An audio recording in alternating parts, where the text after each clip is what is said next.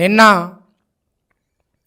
Intermediate పరీక్షా ఫలితాలను intermediate board విడుదల చేయడం జరిగింది.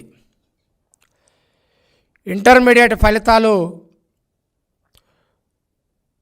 గత 10 సంవత్సరాల నుంచి చూసుకుంటే ఈ సంవత్సరం పూర్తిగా పడిపోవటం జరిగింది.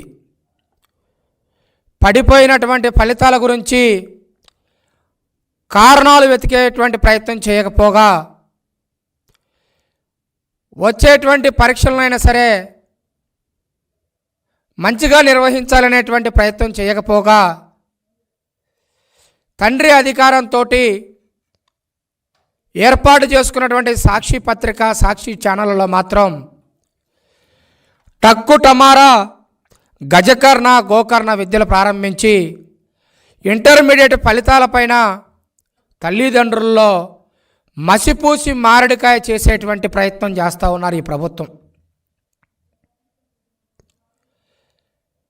వాస్తవానికి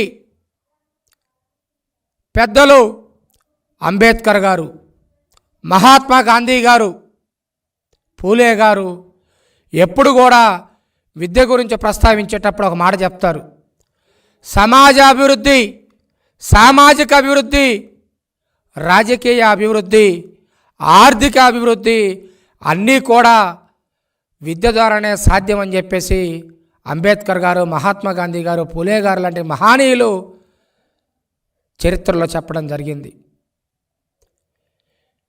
నేటి బాలలే రేపటి భావి భారత పౌరులు అని చెప్పేసి సర్వేపల్లి రాధాకృష్ణ గారు చెప్పారు.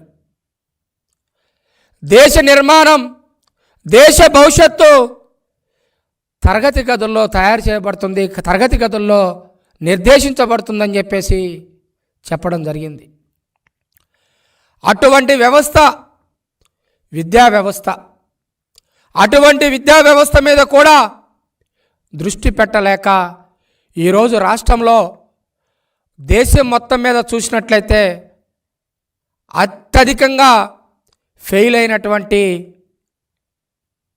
విద్యార్థులు కలిగినటువంటి రాష్ట్రం ఆంధ్రప్రదేశ్గా నిలిచింది.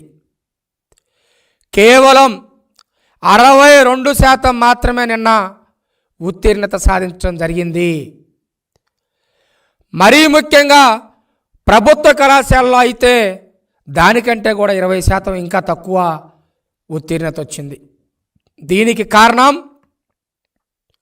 విద్యా వ్యవస్థ మీద ఈ రాష్ట్ర ప్రభుత్వానికి చిత్తశుద్ధి లేదు అని కనపడతా ఉంది. విద్యా వ్యవస్థలో పర్సంటేజీల మీద ఉన్న దృష్టి విద్యార్థుల భవిష్యత్తు మీద పెట్టల. విద్యా వ్యవస్థలో కమిషన్ల మీద పెట్టినటువంటి శ్రద్ధ విద్యార్థుల భవిష్యత్తు మీద పెట్టకపోవటం వల్లనే నిన్న ఇలాంటి ఫలితాలు వచ్చినాయని చెప్పేసి అధ్యాపకులు, అదేవిధంగా ప్రొఫెసర్సు, తల్లిదండ్రులు అందరూ కూడా రాష్ట్రంలో బాధపడతా ఉన్నారు. మధ్యాహ్నం భోజనం పథకాన్ని రద్దు చేశారు. వారసత్వంగా విద్యార్థులకు ఇస్తున్నటువంటి పాఠ్య పుస్తకాల పంపిణీని ఆపేశారు. ఏ కళాశాల దగ్గరికి వెళ్ళినా కూడా గేట్ల దగ్గర వైఎస్ఆర్సీపీ నాయకులు, కార్యకర్తలు విద్యార్థుల్ని గంజాయిలకి, కొకైన్లకి అలవాటు చేయటం జరిగింది. అదేవిధంగా జగన్మోహన్ రెడ్డి పర్యటనల పేరుతోటి కళాశాలకు సెలవులిచ్చి జగన్మోహన్ రెడ్డి మీటింగులకి విద్యార్థులను తరలించి ఏ ఒక్కరోజు కూడా పూర్తి స్థాయిలో వాళ్ళని చదువుకు దగ్గర చేసి చదువుకునేటువంటి ప్రయత్నం చేయాల. ఈ రోజున పేద విద్యార్థులు మొత్తం కూడా ఇంటర్మీడియట్ పరీక్ష ఫలితాలలో ఫెయిల్ అయ్యి విద్యార్థుల తల్లిదండ్రులు బాధపడతా ఉన్నారు అంటే దానికి కారణం జగన్మోహన్ రెడ్డి కాదా అని నేను అడుగుతా ఉన్నా.